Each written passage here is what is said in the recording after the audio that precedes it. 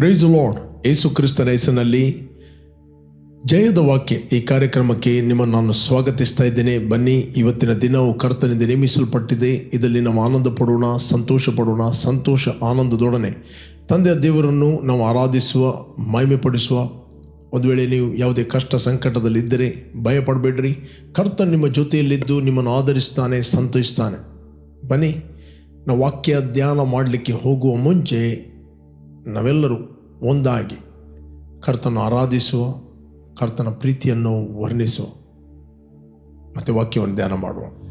ಪರಿಶುದ್ಧನು, ಅತಿ ಪರಿಶುದ್ಧನು ನೀನೇ ಯೇಸುವೇ. ಪರಿಶುದ್ಧನು, ಅತಿ ಪರಿಶುದ್ಧನು ನೀನೇ ಯೇಸುವೇ. Thank you lord, thank you Father. ಯಾವುದಕ್ಕೂ ಬಾರದ ನಮ್ಮನ್ನು ನೀನು ನಮ್ಮನ್ನು ಕರೆದು ನಮ್ಮನ್ನು ಆರಿಸಿ ತಂದೆ ನಿನ್ನ ಮಗನಾಗಿ ಮಾಡಿ ನಿತ್ಯ ಜೀವದಲ್ಲಿ ಕರ್ತನೆ ನಮ್ಮನ್ನು ಸೇರಿಸಿ. ಥ್ಯಾಂಕ್ ಯು ಫಾದರ್, ನಿನ್ನ ಪ್ರಸನ್ನತೆಯಲ್ಲಿ ನಮ್ಮನ್ನು ನಡೆಸುವುದಕ್ಕಾಗಿ ಸ್ತೋತ್ರ. Thank you Lord, glory. Thank you Lord.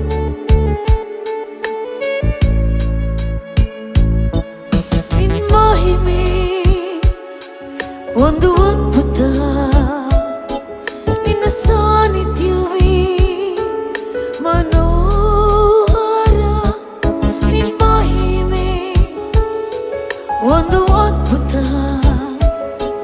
ನಿನ್ನ ಸಾನ್ನಿಧ್ಯವೇ ಮನೋಹರ. ಯಾವುದಕ್ಕೂ ಬಾರದ ನನ್ನ, ಯಾವ ಅರ್ಹತೆಯೂ ಇಲ್ಲದ ನನ್ನ ಮಹಾಪರಿಶುದ್ಧ ಸ್ಥಳಕ್ಕೆ ತಂದು ನಿನ್ನ ಮಹಿಮೆಯಲ್ಲಿ ಪಾಲನ್ನು ಕೊಟ್ಟೆ. ಮಹಾಪರಿಶುದ್ಧ ಸ್ಥಳಕ್ಕೆ ತಂದು ನಿನ್ನ ಮಹಿಮೆಯಲ್ಲಿ ಪಾಲನ್ನು ಕೊಟ್ಟೆ. ಆರಾಧನೆ, ಆರಾಧನೆ, ಆರಾಧನೆ, ಆರಾಧನೆ, ಆರಾಧನೆ, ಆರಾಧನೆ. Thank you lord, thank you father. ಓ ನಮ್ಮನ್ನು ಪ್ರೀತಿಸುವಂತ ನಮ್ಮ ಯೇಸುವೇ, ಥ್ಯಾಂಕ್ ಯು ಜೀಸಸ್. ಗ್ಲೋರಿ.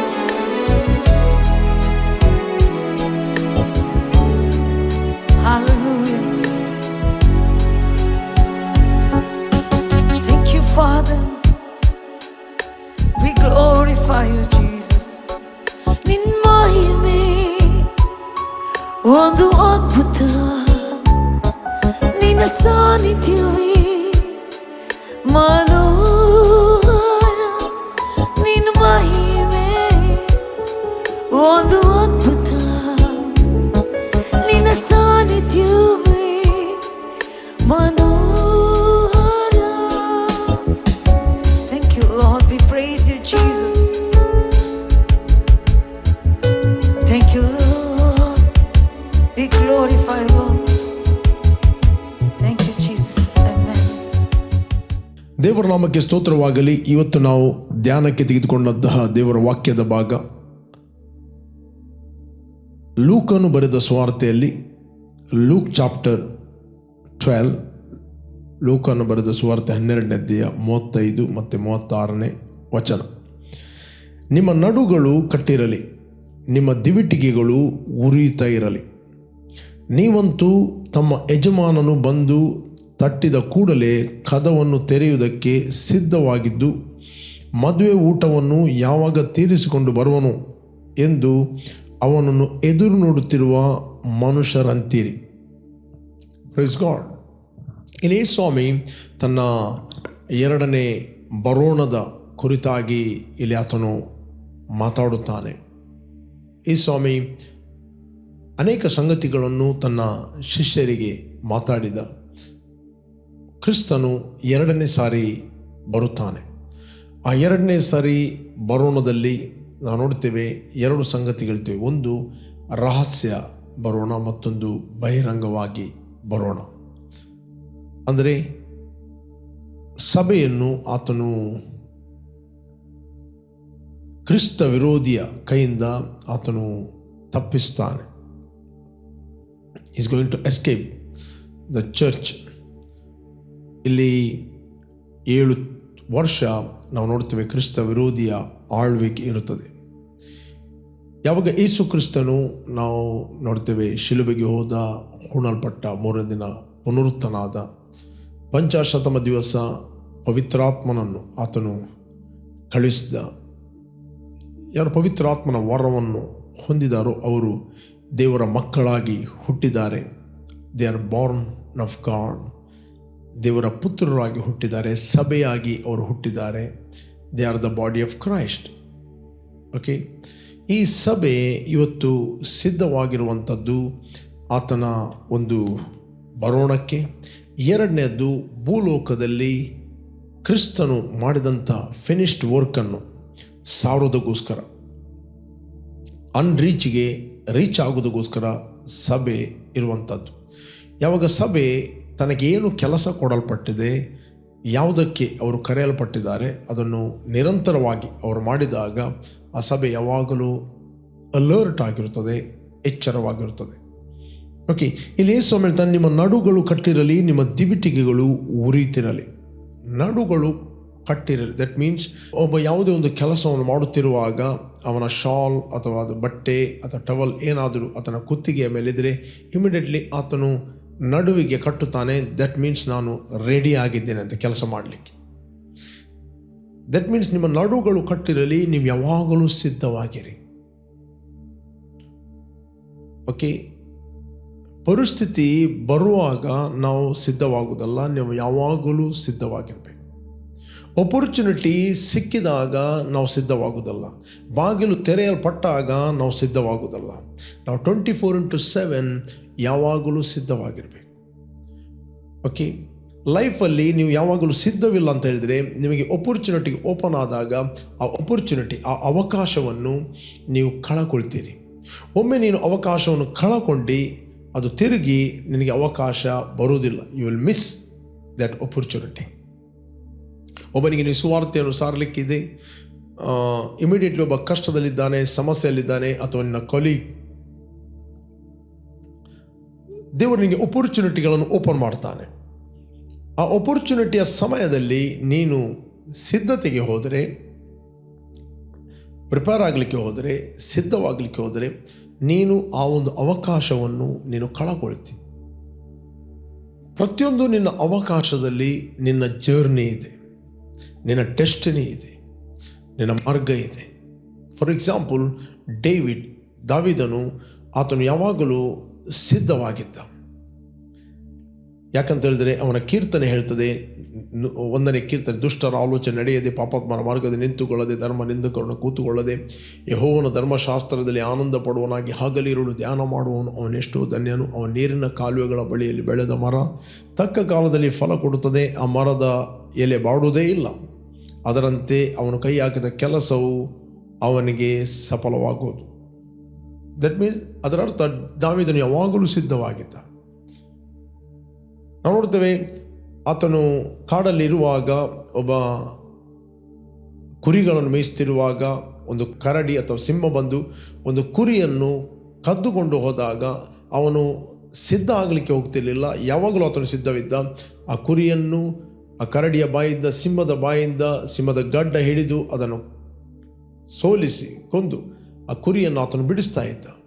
ಅವನಲ್ಲಿ ಯಾವಾಗಲೂ ಟೆಸ್ಟ್ ಮೇಲೆ ಇತ್ತು. ನೆಕ್ಸ್ಟ್ ನಾವು ನೋಡ್ತೇವೆ, ತಂದೆ ಅವನು ಹೇಳ್ತಾನೆ, ನನ್ನ ಸಹೋದರರ ಯೋಗಕ್ಷೇಮವನ್ನು ಕೇಳು. ರಣರಂಗದಲ್ಲಿ ಗೋಲಿಯತ, ಫಿಲಿಷ್ಟಿಯರ ದೈತ್ಯ ಗೋಲಿಯತನು ನಿಂತು ಅಲ್ಲಿ ಬೊಬ್ಬೆ ಹಾಕ್ತಾ ಇದ್ದಾನೆ. ನಿಮ್ಮಲ್ಲಿ ಯಾರಾದರೂ ಒಬ್ಬನು ಬಂದು ನನ್ನನ್ನು ಸೋಲಿಸಿರಿ, ನನ್ನನ್ನು ಸೋಲಿಸಿದರೆ ನಮ್ಮ ಎಲ್ಲ ಫಿಲಿಷ್ಟಿಯರು ನಿಮಗೆ ಅಧೀನರಾಗ್ತಾರೆ. ನಿಮ್ಮವರನ್ನು ನಾನು ಸೋಲಿಸಿದರೆ ನೀವೆಲ್ಲರೂ ನನಗೆ ಅಧೀನ ಆಗಬೇಕು. ಒಂದೇ ಚಾಲೆಂಜ್ ಆಗ್ತಾನೆ. ಹೀಗೆ 40 ದಿನ ಅವನು ಮಾತಾಡ್ತಾನೆ. 40 days ಅವರು ರಣರಂಗದಲ್ಲಿ ಇದ್ದಾರೆ. ಯಾರಿಗೂ ಆ ದೈತ್ಯನ ಮುಂದೆ ಹೋಗುವಂಥ ಧೈರ್ಯ ಇಲ್ಲ. ಅಲ್ಲಿ ದಾವೀದನು ಅಲ್ಲಿ ತನ್ನ ಅಣ್ಣಂದಿರಿಗೋಸ್ಕರ ಊಟವನ್ನು ತೆಗೆದುಕೊಂಡು ಹೋಗುವಾಗ ಅವನು ಕೇಳ್ತಾನೆ, ಇವನು ಯಾರು? ಇವನು ಎಷ್ಟರವನು? ಜೀವ ಸ್ವರೂಪನಾದ ದೇವರ ಸೈನ್ಯವನ್ನು ಹೀಯಾಳಿಸಲಿಕ್ಕೆ ಈ ಫಿಲಿಷ್ಟಿಯನ್ ಎಷ್ಟರವನು? ಈ ಸುನ್ನತಿ ಇಲ್ಲದವನು ಎಷ್ಟರವನು? ಈ ಕವನೆಂಟ್ ಇಲ್ಲದವನು, ದೇವರಿಲ್ಲದವನು ಎಷ್ಟು ಧೈರ್ಯ ಅವನಿಗೆ ಮಾತಾಡಲಿಕ್ಕೆ? ಆಗ ಅವ ತನ್ನ ಅಣ್ಣಂದಿರು ಹೇಳ್ತಾನೆ, ನೀನು ಸುಮ್ಮನಿರು, ನಿನಗೇನು ಗೊತ್ತಿಲ್ಲ ಇದು ಯುದ್ಧದ ಬಗ್ಗೆ. 4 ಕುರಿಗಳನ್ನು ನೀನು ಎಲ್ಲಿ ಬಿಟ್ಟು ಬಂದಿದ್ದಿ? ನಿನ್ನ ತುಂಟತನ ನಮಗೆ ಗೊತ್ತಿಲ್ಲವು. ನೋ, ದಾವೀದನು ಕುರಿಗಳನ್ನು ಸುಮ್ಮನೆ ಬಿಟ್ಟು ಬರಲಿಲ್ಲ. ಆತನು ಜವಾಬ್ದಾರಿಯ ವ್ಯಕ್ತಿ.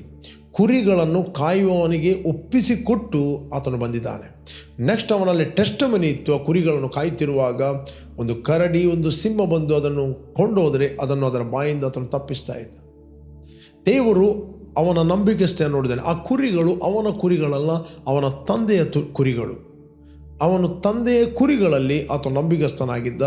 ಈಗ ಒಂದು ಅವನಿಗೆ ಅಪರ್ಚುನಿಟಿ ಸಿಗ್ತದೆ ಗೋಲಿಯತನನ್ನು ಎದುರಿಸುವಂಥದ್ದು. ಪ್ರಿಯರೇ, ಒಂದು ಕ್ಷೇತ್ರದಲ್ಲಿ ನೀನು ನಂಬಿಗಸ್ತರಾದರೆ ದೇವರು ನಿನ್ನನ್ನು ಇನ್ನೊಂದು ರಲ್ಮಲ್ಲಿ ಕೊಂಡೋಗ್ತಾನೆ, ಇನ್ನೊಂದು ಸ್ತರಕ್ಕೆ ನಿನ್ನನ್ನು ಆತನು ಕೊಂಡೋಗ್ತಾನೆ. God will take you to another realm. Okay, the greater victory. ಇಲ್ಲಿ ಸ್ಮಾಲ್ ಫೈಟ್ ಇರ್ತದೆ, ಸ್ಮಾಲ್ ವಿಕ್ಟ್ರಿ. ಸಣ್ಣ ಹೋರಾಟ ಇರ್ತದೆ, ಸಣ್ಣ ಜಯ. ದೊಡ್ಡ ಹೋರಾಟ ಇರ್ತದೆ, ದೊಡ್ಡ ಜಯ ಇರ್ತದೆ. ಬಟ್ ಅಲ್ಲಿ ದಾವೀದನು ಆತನು ಸಿದ್ಧ ಆಗಲಿಕ್ಕೆ ಹೋಗಲಿಲ್ಲ, ಪ್ರಿಪೇರ್ ಆಗಲಿಕ್ಕೆ ಹೋಗಲಿಲ್ಲ. ಆತನು ಯಾವಾಗಲೂ ಸಿದ್ಧವಾಗಿದ್ದ. ಓಕೆ, ಆ ಗೋಲಿಯತನ್ನು ಎದುರಿಸುವಂಥದ್ದೇ ಅವನ ಇನ್ನೊಂದು ಸ್ತರಕ್ಕೆ ಹೋಗುವಂಥ ಮಾರ್ಗ. ಅದು ಅವಕಾಶ ಸಿಕ್ಕಿದಾಗ ಅವನು ಮಿಸ್ ಮಾಡಲಿಲ್ಲ. ಆ ಅವಕಾಶವನ್ನು ಆತನು ಉಪಯೋಗಿಸ್ತಾನೆ. ನಾವು ನೋಡ್ತೇವೆ, ಆತನು ಗೋಲಿಯತನನ್ನು ಕವಣೆಯಿಂದ ಹೊಡೆದು ಆತನು ಕೊಂದು ಬಿಡ್ತಾನೆ. ಅವನ ಕತ್ತಿಯಿಂದಲೇ ಅವನು ಕೊಂದು ಬಿಡ್ತಾನೆ. ಓಕೆ, ಇಲ್ಲಿ ದಾವೀದನು ತನಗೆ ಸಿಕ್ಕಿದಂಥ ಅವಕಾಶವನ್ನು ಉಪಯೋಗಿಸ್ತ. ಪ್ರೇರೆ, ಇಲ್ಲಿ ದೇವರ ವಾಕ್ಯ ಹೇಳ್ತದೆ, ನಿಮ್ಮ ನಡುಗಳು ಕಟ್ಟಿರಲಿ. ದಟ್ ಮೀನ್ಸ್ ಯಾವಾಗಲೂ ಸಿದ್ಧವಾಗಿರಿ, ಯಾವಾಗಲೂ ನಿಮ್ಮ ದಿವಿಟಿಗೆಗಳು ಉರಿತಾ ಇರಲಿ. ದಟ್ ಮೀನ್ಸ್ ನೀವು ಆತ್ಮದಲ್ಲಿ ಯಾವಾಗಲೂ ಉರಿಬೇಕು. ಉರಿಯುವ ವ್ಯಕ್ತಿ ಮಾತ್ರ ಇನ್ನೊಬ್ಬರಿಗೆ ಅವಕಾಶ ಸಿಕ್ಕಿದಾಗ ಸುವಾರ್ತೆ ಹೇಳ್ತಾನೆ.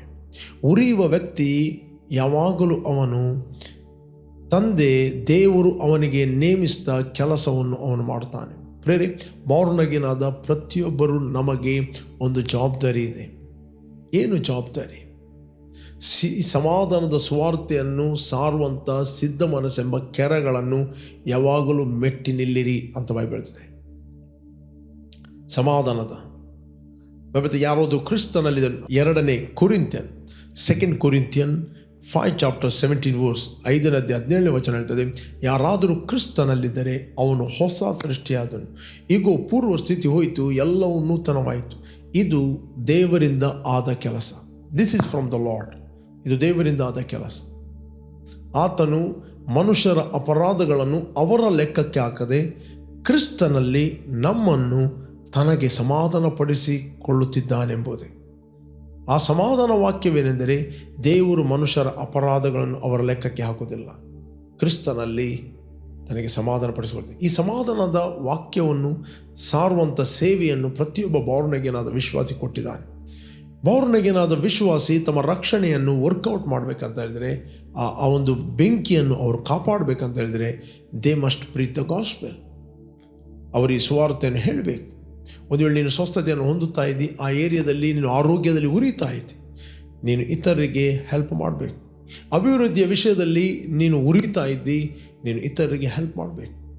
ನೀನು ಇತರರಿಗೆ ಹೆಲ್ಪ್ ಮಾಡೋದಿಲ್ಲ, ನಾನು ಮುಚ್ಚುತ್ತೇನೆ ಅಂತ ಹೇಳಿದರೆ, ದೀಪವನ್ನು ಹೊತ್ತಿಸಿ ಯಾರು ಕೊಳಗದ ಒಳಗೆ ಇಡುವುದಿಲ್ಲ. ಕೊಳಗದ ಒಳಗೆ ಇಟ್ಟರೆ ಅದು ಆರಿ ಹೋಗ್ತದೆ. ದೀಪವನ್ನು ಹೊತ್ತಿಸಿ ಯಾವಾಗಲೂ ಬೆಟ್ಟದ ಮೇಲೆ ಇಡ್ತಾರೆ, ದೀಪಸ್ತಂಭದ ಮೇಲೆ ಇಡ್ತಾರೆ. ಅದು ಅನೇಕರಿಗೆ ಬೆಳಕು ಕೊಡ್ತದೆ, ಅನೇಕರಿಗೆ ಅದು ದಾರಿ ತೋರಿಸ್ತದೆ, ಅನೇಕರಿಗೆ ಕತ್ತಲೆಯಲ್ಲಿದ್ದವರಿಗೆ ಬೆಳಕು ಕೊಡ್ತದೆ, ಅನೇಕರ ಕನ್ಫ್ಯೂಷನ್ ಜನರಿಗೆ ಅದು ಸಮಾಧಾನ ಕೊಡುತ್ತದೆ. ಅದಕ್ಕೆ ಯೇಸು ಸ್ವಾಮಿ ಹೇಳ್ತಾರೆ, ನಿಮ್ಮ ನಡುಗಳು ಕಟ್ಟುತ್ತಿರಲಿ, ನಿಮ್ಮ ದಿವಿಟಿಗೆಗಳು ಯಾವಾಗಲೂ ಉರಿಯಲಿ. ಯಾಕೆ? ನೀವಂತೂ ತಮ್ಮ ಯಜಮಾನನು ಬಂದು ತಟ್ಟಿದ ಕೂಡಲೇ ಕದವನ್ನು ತೆರೆಯುವುದಕ್ಕೆ ಸಿದ್ಧವಾಗಿದ್ದು ಮದುವೆ ಊಟವನ್ನು ಯಾವಾಗ ತೀರಿಸಿಕೊಂಡು ಬರುವನು ಎಂದು ಅವನನ್ನು ಎದುರು ನೋಡುತ್ತಿರುವ ಮನುಷ್ಯರಂತಿದ್ದೀರಿ. ಎನಿ ಟೈಮ್ ಕ್ರಿಸ್ತನು ಬರ್ಬೋದು. ಯಾವಾಗ ಬಂದರೂ ನಾವು ಆತನ ಬರೋಣಕ್ಕೆ ಸಿದ್ಧವಾಗಿದ್ದೇವೆ. ಕೊನೆಯ ತುತ್ತೂರಿಯ ಶಬ್ದಕ್ಕೆ ದ ಬೈಬಲ್ ಇದೆ, ಕಣ್ಣ ರೆಪ್ಪೆ ಬಡಿಯುವರಷ್ಟೊಳಗೆ ನಾವೆಲ್ಲರೂ ಮಾರ್ಪಾಡುವೆ ಅಂತ ಬೈಬಲ್ ಹೇಳ್ತದೆ. ಈ ಮರಣಾಧಿಕವಾದ ಈ ದೇಹವು ಬೈಬಲ್ ಹೇಳ್ತದೆ ಅಮರತ್ವವನ್ನು ಧರಿಸಿಕೊಳ್ಳುವುದು. Praise God. ಈ ಶಾರೀರಿಕ ದೇಹ ಹೋಗಿ, ಮಣ್ಣಿನ ದೇಹ ಹೋಗಿ, ಮಹಿಮೆಯ ಪರಲೋಕದ ದೇಹ ಉಂಟಾಗು. ನೀವು ಆತ್ಮ ಪ್ರಾಣ ಶರೀರದಲ್ಲಿ ಯುಗ ಯುಗಾಂತರಗಳಲ್ಲಿ ನೀವು ಜೀವಿಸುವರಾಗಿದ್ದೀರಿ. ಯುಗ ಯುಗಾಂತರಗಳಲ್ಲಿ ಭೂಮಿ ಆಕಾಶ ಉಂಟು ಮಾಡಿದ ದೇವರನ್ನು ನೀನು ಕೊಂಡಾಡುವರಾಗಿದ್ದೀರಿ. ಪ್ರೇರೆ, ಈ ಸತ್ಯವನ್ನು ನೀವು ಕಾಪಾಡಬೇಕಂತ ಹೇಳಿದರೆ ನಿಮ್ಮ ನಡುಗಳು ಯಾವಾಗಲೂ ಕಟ್ಟಿರಲಿ, ನಿಮ್ಮ ದಿವಿಟಿಕೆಗಳು ಯಾವಾಗಲೂ ಉರಿಯಲಿ, ಆತ್ಮದಲ್ಲಿ ಯಾವಾಗಲೂ ಉರಿಯಿರಿ. ಓಕೆ, ನಿಮ್ಮ ಆತ್ಮಕ್ಕೆ ಉರಿಬೇಕಂತ ಹೇಳಿದರೆ ನಿಮಗೆ ಸರಿಯಾದ ವಾಕ್ಯ ಬೇಕು. Praise God. ಒಂದು ದೀಪ ಉರಿಬೇಕಂತ ಹೇಳಿದರೆ ಆ ದೀಪಕ್ಕೆ ಸರಿಯಾದ ಎಣ್ಣೆ ಬೇಕು. ಸರಿಯಾದ ಎಣ್ಣೆ ಇಲ್ಲ ಅಂತ ಹೇಳಿದರೆ ಅದು ಜಾಸ್ತಿ ಹೊತ್ತು ಉರಿಯುವುದಿಲ್ಲ. ಸೊ ಒಂದು ಸರ್ಟನ್ ಟೈಮಿಗೆ ಆ ದೀಪ ಉರಿಯುತ್ತದೆ ಮತ್ತು ಅದು ನಂದಿ ಹೋಗ್ತದೆ. ಅದೇ ರೀತಿ ನಾವು ಬಾರ್ನ್ ಅಗೇನ್ ಆದ ನಾವು ನಮ್ಮ ಆತ್ಮ ಉರಿಬೇಕಂತ ಹೇಳಿದೆ. ಮನುಷ್ಯನ ಆತ್ಮವು ಯೆಹೋವನ ದೀಪವಾಗಿದೆ, ಅದು ಅಂತರಂಗವನ್ನೆಲ್ಲ ಶೋಧಿಸ್ತದೆ. ದ ಸ್ಪಿರಿಚುವಲ್ ವರ್ಲ್ಡಲ್ಲಿ ದೇವರು ಏನು ನಮಗೋಸ್ಕರ ಇಟ್ಟಿದ್ದಾನೋ ಅದೆಲ್ಲವನ್ನು ಹುಡುಕ್ತದೆ, ಅದು ನೋಡ್ತದೆ. ನಿಮ್ಮ ಆತ್ಮಿಕ ಮನುಷ್ಯನು ಆತನು ಮಲಗಿದ ಅಂತ ಹೇಳಿದರೆ, ಉರಿಯುವುದು ಸ್ಟಾಪ್ ಆಯ್ತು ಅಂತ ಹೇಳಿದರೆ, ನಿಮ್ಮ ಹೊರಗಿನ ಭೂ ಸಂಬಂಧವಾದವುಗಳ ಮೇಲೆ ನೀವು ಮನಸ್ಸಿಡ್ತೀರಿ. ನೀವು ಆತ್ಮಿಕವಾಗಿ ನೀವು ಉರಿದರೆ ನೀವು ಪರಲೋಕದ ಸಂಗತಿಗಳ ಮೇಲೆ ನೀವು ಮನಸ್ಸಿಡ್ತೀರಿ.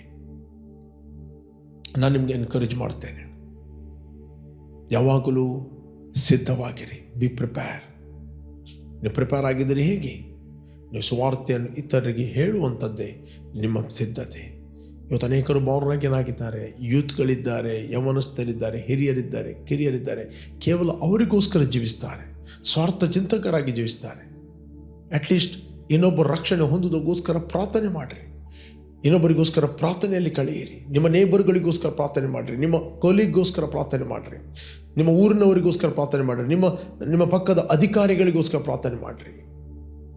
ಯಾವ ಕ್ಷೇತ್ರದಲ್ಲಿ ದೇವರು ನಿಮ್ಮನ್ನು ಇಟ್ಟಿದ್ದಾನೆ, ಮೇ ಬಿ ನೀವು ಡೈರೆಕ್ಟಾಗಿ ಸ್ವಾರ್ಥ ಹೇಳಲಿಕ್ಕೆ ಆಗುವುದಿಲ್ಲ, ಬಟ್ ಆ ಸ್ವಾರ್ಥೆಯ ಜವಾಬ್ದಾರಿಯನ್ನು ದೇವರು ನಮಗೆ ಕೊಟ್ಟಿದ್ದಾನೆ. ನಾವು ಅವರಿಗೋಸ್ಕರ ಪ್ರಾರ್ಥನೆ ಮಾಡುವ ಹಂಗಿನಲ್ಲಿದ್ದೇವೆ. ಯಾಕಂದರೆ ಈ ಲೋಕದ ಅಧಿಪತಿಯು ನಂಬಿಕೆ ಇಲ್ಲದವರ ಮನಸ್ಸನ್ನು ಮಂಕು ಮಾಡಿದ್ದಾನೆ. ಸ್ವಾರ್ಥೆಯ ಪ್ರಕಾಶವು ಅವರಿಗೆ ಉದಯವಾಗಬಾರದೆಂದು ನಾವು ಹೋಗಿ ಆ ವ್ಯಕ್ತಿಗೆ ಸ್ವಾರ್ಥೆಯನ್ನು ಹೇಳಬೇಕಾಗಿಲ್ಲ. ಅವಕಾಶ ಸಿಕ್ಕಿದಾಗ ನಾವು ಹೇಳಬೇಕು. ಕೆಲವರು ಎಲ್ಲರ ಮಾತನ್ನು ಕೇಳುವುದಿಲ್ಲ, ಕೆಲವರ ಮಾತನ್ನು ಕೇಳ್ತಾರೆ. ನಮಗೆ ಗೊತ್ತಿಲ್ಲ ಅವರು ಯಾರ ಮಾತನ್ನು ಕೇಳ್ತಾರೆ, ಬಟ್ ದೇವರಿಗೆ ಗೊತ್ತು ಅವರು ಯಾರ ಮಾತನ್ನು ಕೇಳ್ತಾರಂತ. ಬಟ್ ನಮ್ಮ ರೆಸ್ಪಾನ್ಸಿಬಿಲಿಟಿ, ಈ ಸ್ವಾಮಿ ಹೇಳಿದ, ಬೆಳೆಯು ಧಾರಾಳವಾಗಿದೆ, ಬೆಳೆಯ ಯಜಮಾನಲ್ಲಿ ಕೆಲಸದವರಿಗೋಸ್ಕರ ಪ್ರಾರ್ಥಿಸಿರಿ. ನಾನು ನಿಮಗೋಸ್ಕರ ಓದ್ತೇನೆ. I will read for you 9ನೇ ಅಧ್ಯಾಯ 36ನೇ ವಚನ, ಮತ್ತಾಯನ ಬರೆದ ಸುವಾರ್ತೆಯಲ್ಲಿ. ಆದರೆ ಜನರ ಗುಂಪುಗಳನ್ನು ನೋಡಿ ಅವರು ಕುರುಬನಿಲ್ಲದ ಕುರಿಗಳ ಹಾಗೆ ತೊಳಲಿ ಬಳಲಿ ಹೋಗಿದ್ದಾರಲ್ಲ ಎಂದು ಅವರ ಮೇಲೆ ಕನಿಕರ ಪಟ್ಟನು. ಆಗ ತನ್ನ ಶಿಷ್ಯರಿಗೆ, ಬೆಳೆಯು ಬಹಳ, ಕೆಲಸದವರು ಸ್ವಲ್ಪ. ಆದ್ದರಿಂದ ಬೆಳೆಯ ಯಜಮಾನನನ್ನು ನಿನ್ನ ಬೆಳೆಗೆ ಕೆಲಸದವರನ್ನು ಕಳುಹಿಸಬೇಕೆಂದು ಬೇಡಿಕೊಳ್ಳಿರಿ ಎಂದು ಹೇಳಿದನು. ಜನರನ್ನು ನೋಡಿದಾಗ ಕುರುಬನಿಲ್ಲದ ಕುರಿಗಳಂತೆ ಅವರಿದ್ದಾರೆ. ಇಲ್ಲಿ ಸಮಯದ ಬೆಳೆಯು ಬಹಳವಾಗಿದೆ. ಬೆಳೆಯ ಯಜಮಾನಲ್ಲಿ, ಬೆಳೆಯ ಯಜಮಾನ ಯಾರು? ಈಸ್ ದ ಹೋಲಿ ಸ್ಪಿರಿಟ್, ಪವಿತ್ರ ಆತ್ಮ. ಬೆಳೆಯ ಯಜಮಾನಲ್ಲಿ ಬೆಳೆಗೆ ಕೆಲಸದವರನ್ನು ಕಳಿಸುವಂತೆ ಪ್ರಾರ್ಥನೆ ಮಾಡಿರಿ. ನಿಮ್ಮ ಪ್ರಾರ್ಥನೆಯ ಮೂಲಕ ಅನೇಕರು ಆತ್ಮಿಕವಾಗಿ ಅವರು ಏಳುತ್ತಾರೆ, ಆತ್ಮಿಕವಾಗಿ ಅವರು ಉರಿತಾರೆ, ಆತ್ಮಿಕವಾಗಿ ಅವರು ಒಳ್ಳೆಯ ಒಂದು ಪಾತ್ರೆಯಾಗಿ ಇನ್ನೊಬ್ಬರಿಗೆ ಸುವಾರ್ತೆಯನ್ನು ಹೇಳುವ ಪಾತ್ರೆಯಾಗಿ ಅವರು ಹೇಳ್ತಾರೆ. ಅದಕ್ಕೋಸ್ಕರ ನಾವು ಒಬ್ಬರಿಗೊಬ್ಬರಿಗೋಸ್ಕರ ನಾವು ಪ್ರಾರ್ಥನೆ ಮಾಡಬೇಕು. ಫಾರ್ ಎಕ್ಸಾಂಪಲ್, ನಿಮ್ಮ ಕುಟುಂಬದಲ್ಲಿ ಯಾರಾದರೂ ಒಬ್ಬ ರಕ್ಷಣೆ ಹೊಂದಬೇಕಂತ ಹೇಳಿದರೆ ಕೆಲವೊಮ್ಮೆ ನೀವು ಹೇಳಿದಾಗ ಅವನು ಕೇಳಲಿಕ್ಕಿಲ್ಲ, ಬಟ್ ನಾವು ಪ್ರಾರ್ಥನೆ ಮಾಡಬೇಕು. ದೇವರೇ, ಈತನ ಮನೋನೇತ್ರಗಳನ್ನು ನೀನು ಬೆಳಗಿಸುವತನಾಗಿತ್ತು, ಈತನನ್ನು ಸುವಾರ್ತೆ ಅಂಗೀಕಾರ ಮಾಡದಂತೆ ಅಡ್ಡಿ ಮಾಡುತ್ತಿರುವ ಎಲ್ಲ ಆತ್ಮಗಳು, ಎಲ್ಲ ಮಂಕುತನದ ಆತ್ಮಗಳು ಯೇಸು ನಾಮದಲ್ಲಿ ಅದರ ಶಕ್ತಿಯನ್ನು ನಾವು ಆತನ ಮೇಲೆ ಮುರಿತಾ ಇದ್ದೇವೆ. We take authority. ತಂದೆ, ನಿನ್ನ ವಾಕ್ಯ ಹೇಳ್ತದೆ, ಬೆಳೆಯು ಧಾರಾಳವಾಗಿದೆ, ಬೆಳೆ ಯಜಮಾನಲ್ಲಿ ಬೆಳೆಗೆ ಕೆಲಸದವರನ್ನು ಕಲಿಸಬೇಕೆಂದು ಪ್ರಾರ್ಥಿಸಿ. ಈ ವ್ಯಕ್ತಿಗೆ ರೈಟ್ ಆದ ವ್ಯಕ್ತಿಗಳನ್ನು ನೀನು ಕನೆಕ್ಟ್ ಮಾಡಿ ಸಂಧಿಸಿ ಈತನಿಗೆ ಸುವಾರ್ತೆಯನ್ನು ಹೇಳುವಂತೆ, ಈತನಿಗೋಸ್ಕರ ವಾಕ್ಯದಲ್ಲಿ ಉರಿಯುವಂತೆ ನೀನು ಕಳುಹಿಸಬೇಕಾಗಿ ನಾವು ಕೇಳಿಕೊಳ್ತೇವೆ. ಈತನು ದಾರಿಯಲ್ಲಿ ಹೋಗುವಾಗ, ಬಸ್ಸಲ್ಲಿ ಹೋಗುವಾಗ, ಫ್ಲೈಟಲ್ಲಿ ಹೋಗುವಾಗ, ಗಾಡಿಯಲ್ಲಿ ಹೋಗುವಾಗ, ಕೆಲಸದ ಕ್ಷೇತ್ರದಲ್ಲಿ ಹೋಗುವಾಗ, ಸೋಷಿಯಲ್ ಮೀಡಿಯಾ ನೋಡುವಾಗ, TV ನೋಡುವಾಗ, ನೀನು ಆ ವ್ಯಕ್ತಿಗಳ ಮೂಲಕ ಈತನಲ್ಲಿ ನೀನು ಮಾತಾಡು. ಓಕೆ, ಈ ನಿಮ್ಮ ಪ್ರಾರ್ಥನೆ ಯಾವತ್ತೂ ತಪ್ಪಿ ಹೋಗುವುದಿಲ್ಲ. ಒಂದು, ದೇವರು ಅವನ ಮೇಲಿದ್ದ ನಂಬದಾಗಿ ಮಾಡುವಂಥ ಮಂಕುತನದ ಆತ್ಮಗಳನ್ನು ನಿಮ್ಮ ಅಧಿಕಾರದ ಮೂಲಕ ನೀವು ಮುರಿಯುವಾಗ ಮುರಿತಾನೆ. ಎರಡನೇದ್ದು, ರೈಟ್ ಆದ ವ್ಯಕ್ತಿಗಳನ್ನು ದೇವರು ನಿಮಗೆ ಗೊತ್ತಿಲ್ಲದ ರೀತಿಯಲ್ಲಿ ನಿಮ್ಮ ಪ್ರಾರ್ಥನೆಯನ್ನು ಕೇಳಿ ಕಳಿಸ್ತಾ ಇರ್ತಾನೆ. ಬಟ್ ಸ್ಟಿಲ್ ಅವನು ರಕ್ಷಣೆ ಹೊಂದಬಹುದು, ಹೊಂದದೇ ಇರಬಹುದು. ಬಟ್ ದೇವರು ಅವನಿಗೆ ವಿಲ್ ಕೊಟ್ಟಿದ್ದಾನೆ. He can accept that gospel, reject that gospel. But ಒಂದು ದಿನ ನಿಮಗೆ ಗೊತ್ತಿಲ್ಲದ ರೀತಿಯಲ್ಲಿ ಆ ಬೀಜ ಹುಟ್ಟಿ ಬೆಳೆಯುತ್ತದೆ. ಇದರಂತೆ ದೇವರ ರಾಜ್ಯ. ಯೇಸು ಹೇಳಿದ, ಒಬ್ಬನು ಬೀಜವನ್ನು ಬಿತ್ತುತ್ತಾನೆ. 4ನೇ ಅಧ್ಯಾಯದಲ್ಲಿ ನಾವು ಓದಿದರೆ ನಮಗೆ ಸಿಗ್ತದೆ. 4th ಚಾಪ್ಟರ್, ಮಾರ್ಕನು ಬರೆದ ಸುವಾರ್ತೆಯಲ್ಲಿ 4ನೇ ಅಧ್ಯಾಯದಲ್ಲಿ, ಒಬ್ಬನು ಬೀಜವನ್ನು ಬಿತ್ತುತ್ತಾನೆ, ಕಡೆಗೆ ಮಲಗುತ್ತಾನೆ. ಅವರಿಗೆ ಗೊತ್ತಿಲ್ಲದ ರೀತಿಯಲ್ಲಿ ಆ ಬೀಜ ಹುಟ್ಟಿ ಬೆಳೆಯುವುದು. ಬೇಕಾದ್ರೆ ನಾನು ಓದ್ತೇನೆ. ಮಾರ್ಕನು ಬರೆದ ಸುವಾರ್ತೆಯಲ್ಲಿ 4ನೇ ಅಧ್ಯಾಯ 24ನೇ ವಚನ. ಮಾರ್ಕನು ಬರೆದ ಸುವಾರ್ತೆಯಲ್ಲಿ, ಮತ್ತು ಆತನು ಅವರಿಗೆ, ನೀವು ಕಿವಿಗೊಡುವ ವಿಷಯದಲ್ಲಿ ಎಚ್ಚರಿಕೆ, ನೀವು ಅಳೆಯುವ ಅಳತೆಯಿಂದಲೇ ನಿಮಗೂ ಅಳೆಯುವರು, ಇನ್ನೂ ಕೂಡಿಸಿ ಕೊಡುವರು. ಓಕೆ, 25ನೇ ವಚನ, ಇದ್ದವನಿಗೆ ಕೊಡಲ್ಪಡುವುದು, ಇಲ್ಲದವನ ಕಡೆಯಿಂದ ಇದ್ದದ್ದು ತೆಗೆಯಲ್ಪಡುವುದು ಎಂದು ಹೇಳಿದನು. 26ನೇ ವಚನ ಹೇಳ್ತದೆ, ಇನ್ನು ಆತನು ಅವರಿಗೆ ಹೇಳಿದ್ದು, ಒಬ್ಬನು ಭೂಮಿಯಲ್ಲಿ ಬೀಜವನ್ನು ಹಾಕಿ ರಾತ್ರಿ ಮಲಗುತ್ತಾ ಹಗಲು ಎದ್ದೇರುತ್ತಾ ಇರಲು ಅವನಿಗೆ ತಿಳಿಯದ ರೀತಿಯಲ್ಲಿ ಆ ಬೀಜವು ಹುಟ್ಟಿ ಬೆಳೆಯುವುದು. ಇದರಂತೆ ದೇವರ ರಾಜ್ಯ. ಯೇಸು ಮೇಲೊಂದು ಮಾತು ಹೇಳ್ತೇನೆ. ಇನ್ನು ಅವರಿಗೆ ಹೇಳಿದ್ದು, ಒಬ್ಬನು ಭೂಮಿಯಲ್ಲಿ ಬೀಜವನ್ನು ಹಾಕಿ ರಾತ್ರಿ ಮಲಗಿ ಎದ್ದೇರುತ್ತಿರಲು ಅವನಿಗೆ ಗೊತ್ತಿಲ್ಲದ ರೀತಿಯಲ್ಲಿ ಆ ಬೀಜ ಹುಟ್ಟಿ ಬೆಳೆಯುವುದು. ಇದರಂತೆ ದೇವರ ರಾಜ್ಯ. ನಿಮಗೆ ಗೊತ್ತಿಲ್ಲದ ರೀತಿಯಲ್ಲಿ ಅನೇಕರು ರಕ್ಷಣೆ ಹೊಂದುತ್ತಾರೆ. ನಿಮಗೆ ಗೊತ್ತಿಲ್ಲದ ರೀತಿಯಲ್ಲಿ ಅನೇಕರು ದೇವರ ರಾಜ್ಯದಲ್ಲಿ ಹುಟ್ಟುತ್ತಾರೆ, ದೇವರ ರಾಜ್ಯಕ್ಕೆ ಸೇರುತ್ತಾರೆ. ಬಟ್ ನಿಮ್ಮ ಪ್ರಾರ್ಥನೆಯನ್ನು ಸ್ಟಾಪ್ ಮಾಡಬೇಡ್ರಿ. ನೀವು ಯಾವಾಗ ಇನ್ನೊಬ್ಬರಿಗೋಸ್ಕರ ವಿಜ್ಞಾಪನೆ ಮಾಡುತ್ತೀರಿ, ಆ ಸಂಗತಿಗಳು ನಿಮ್ಮನ್ನು ಆತ್ಮಿಕವಾಗಿ ಎಚ್ಚರಿಕೆ ಇಡುತ್ತವೆ. ಎರಡನೇದ್ದು, ನೀವು ಸುವಾರ್ತೆಯನ್ನು ಹೇಳ್ತೀರಿ, ನಿಮ್ಮನ್ನು ಆತ್ಮಿಕವಾಗಿ ಎಚ್ಚರಿಕೆ ಇಡ್ತದೆ. ನಿಮ್ಮ ದಿವಿಟಿಕೆಗಳು ಯಾವಾಗಲೂ ಉರಿಯುತ್ತವೆ. ಉರಿಯುವಂಥ ಮಾತುಗಳನ್ನು, ಬರ್ನಿಂಗ್ ವರ್ಡ್ಗಳನ್ನು ದೇವರು ನಿಮ್ಮ ಹೃದಯದಲ್ಲಿ ಹಾಕುತ್ತಾನೆ. ಪ್ರೇರೆ, ನಾನು ನಿಮಗೆ ಎನ್ಕರೇಜ್ ಮಾಡ್ತೇನೆ, ನಿಮ್ಮ ನಡುಗಳು ಯಾವಾಗಲೂ ಕಟ್ಟಿರಲಿ, ನಿಮ್ಮ ದಿವಿಟಿಕೆಗಳು ಯಾವಾಗಲೂ ಉರಿಯಲಿ. ಓಕೆ, ನೀವು ನೆನೆಸದ ಗಳಿಗೆಯಲ್ಲಿ ಯಜಮಾನನು ಬರುತ್ತಾನೆ.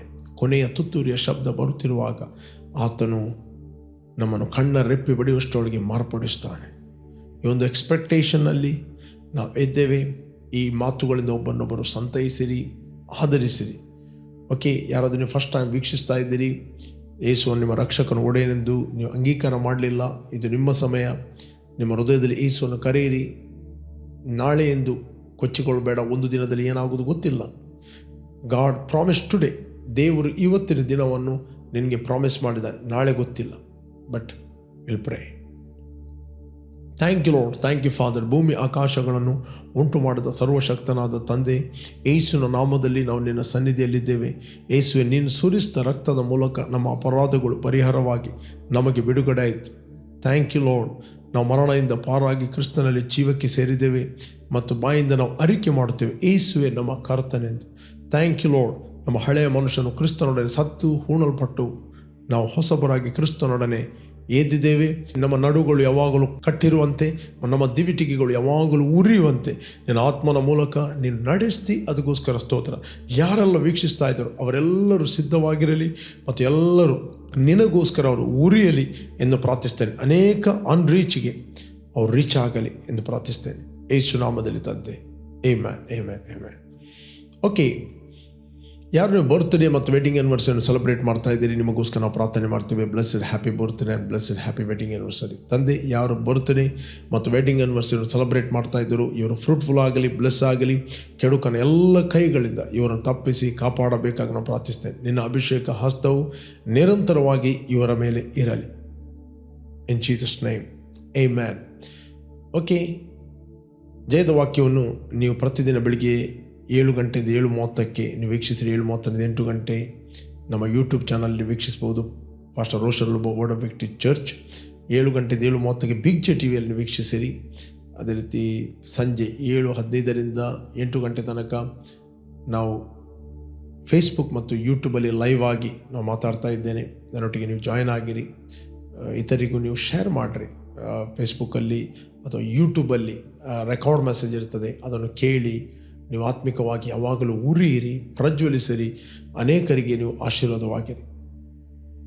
ವೆಬ್ಸೈಟ್ ಇದು wordofvictory.in ಅಂತ. ಅದರಲ್ಲಿ ಸ್ಪೀಕ್ ಲೈಫ್ ಅಂತ ಕ್ಲಿಕ್ ಮಾಡಿದರೆ ಇಂಗ್ಲೀಷ್, ಹಿಂದಿ, ಕನ್ನಡ, ಕೊಂಕಣಿ 4 ಭಾಷೆಯಲ್ಲಿ ನಿಮಗೆ ಅರಿಕೆ ಸಿಗ್ತದೆ. ಕಂಟಿನ್ಯೂ ಆಗಿ ನೀವು ಬಿಗ್ ಜೆ ಟಿವಿಯಲ್ಲಿ ಜಯದ ವಾಕ್ಯವನ್ನು ನಿರಂತರವಾಗಿ ನೋಡಿರಿ ಮತ್ತು ಇತರಿಗೆ ಪ್ರೋತ್ಸಾಹಪಡಿಸಿ. ಆಮೆನ್.